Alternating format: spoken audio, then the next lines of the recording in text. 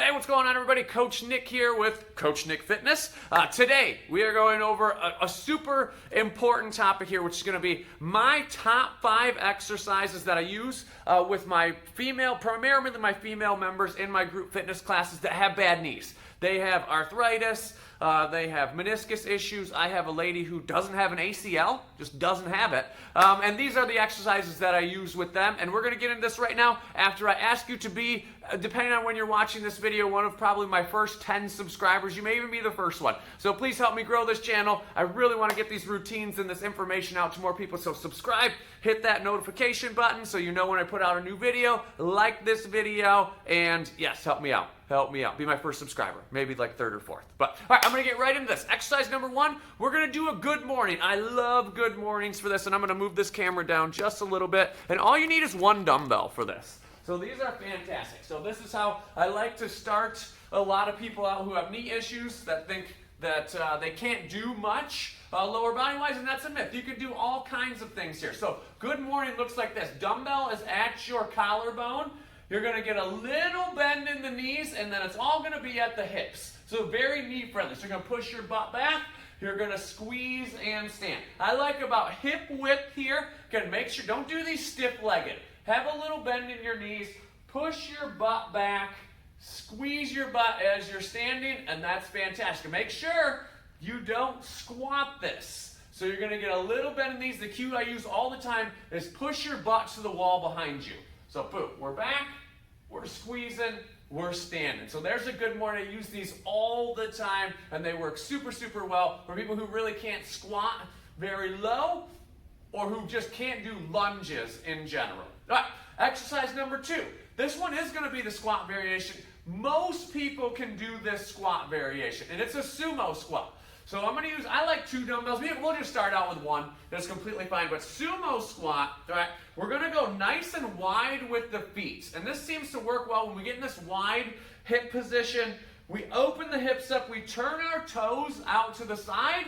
And then you kind of just slightly push your knees out. Even if you can only go a quarter or halfway down, that's fine. But I know when it almost amazes people when I do this with them, just to get this stance here, and then they can typically go pretty low, way lower than they've used to, even with those meniscus issues, arthritis issues. So sumo squat's absolutely fantastic because we do still get some of the quad here, which we want. So boom, we're right there. Again, you may be just a little quarter, half squat, that's okay, but typically that wider stance tends to work really, really, really well in this situation.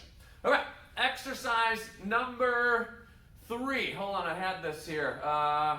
What else?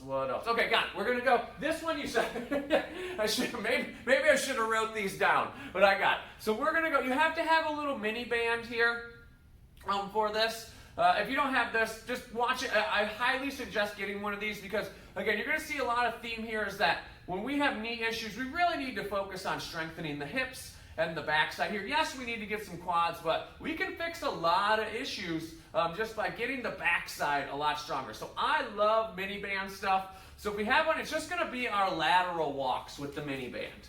And we can do a lot of these. So you may need to sit down or something when you're putting your mini band on. But I like these at the ankle. And then I do you could literally do like 30 of these, one direction, 30 the other direction. It really works to get these hips fired up. So it's going to look like this. Boom, feet are nice and straight, upper body is still. Notice, huge mistake on these is letting your feet come all the way together. You just lost all the tension on the band. So we're going to look like this. I check my feet every once in a while. I make sure they're nice and straight. Boom, and this burns, and it's good. Again, super good. Anything we can do to strengthen these hips, strengthen the backside, that is awesome for your knees. Most videos you'll see will just give you stuff to strengthen and loosen the front here, but hamstrings. Hamstrings are key. Strengthen them, you'll be amazed. You'll be amazed. All right, next one. All you need is a wall. This one some people might disagree with me on. That is okay. I'm not telling you to go super low on this, and I'll even throw an asterisk in here. I do have some members with knee issues that don't do this exercise, but I do have some that can do it, and this is where we still get a little strengthening for the quad. I'm going to back up. I'll have to talk a little bit louder. I know my audio sucks, That's going to be the next thing I work on with these videos. But yeah, so bear with me. But it's just a wall sit. So find any wall. And again, you don't have to go super low. So it could be, you could literally come down to like right here, but hold it for 30, 45, 60 seconds. I can already feel my quads right here. Now, ideally, we're like down here, top of the thigh parallel to the ground. But if you have knee issues, painful, crunchy knees, you're probably not going that low. But that's okay. A little bit, hold it till it starts burning and getting you shaking a little bit. And that's awesome. That is fantastic. You got 30 seconds, 45, 60 seconds, maybe even longer. But a minute's kind of torturous, so that would probably be just fine. All right, let's exercise 4. Exercise 5, now it would be nice if you have some sliders. People will be like, you can use paper plates on a slippery floor. You can literally do this in your socks with like hardwood floors on, with hardwood floors. But it's way better to do it if you have some exercise sliders here. But I'm going to show you, and I'm going to show you a couple ways. But again, notice the theme, move hamstrings. So we're going to do what I call, these are called shelks. You may have heard them called that. I just call them hamstring curls because nobody knows what the heck a shelk is. So we're going to do this. All right, here's shelk level 1 for those of you that have maybe done these before and have seen this. Sorry, I got to back up a little bit. So the idea with these is to keep the butt off the ground the whole time, but that's pretty advanced. So I'm going to give you a couple other options here too. So what I do is I bridge, right? I engage the core a little bit. I'm going to go out, good, and then I'm going to curl and bridge at the same time. Again, that's pretty tough. If you've never done these before, you're not going to start there. You're going to do one of these two. So what I like to do is have my beginners kind of come out and then just go in with one and then in with the other one and then bridge. So I've got out, butt still off the ground, bridge, bridge. Option number 3, this would be level 3 super beginner here, and that's okay. There's nothing wrong with that. We all got to start somewhere. Is you would be here, you would come out, and then you'd bring your butt all the way to the ground, and then you would just hamstring curl in. So bridge, control out, butt all the way to the ground, curl and bridge. And you get those hamstrings fired up. What you get is very good. It's very good for our knee health. All right, that's it. There's my top 5. I use those all the time. So I'm going to come a little closer. I use those all the time in my fitness classes.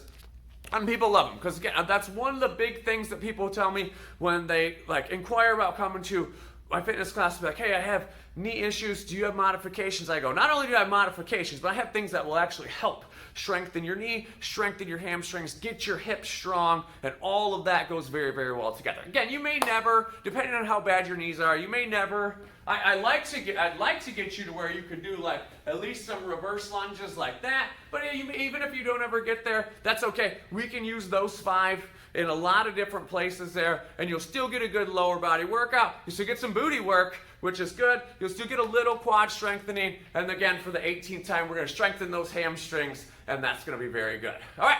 That's it. There's my top 5. Hope you like that. If you do, please like this video. Again, subscribe. Be my first, second, third, fourth subscriber. Hit that bell notification. I have a lot more videos like this coming soon. I might even do just like a full follow along, lower body, knee pain routine there. But yeah, that's how the channel's working. Help me grow.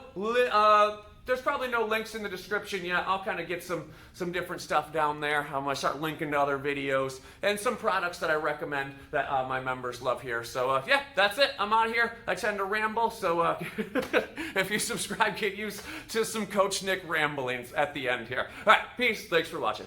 I'll see you in the next one.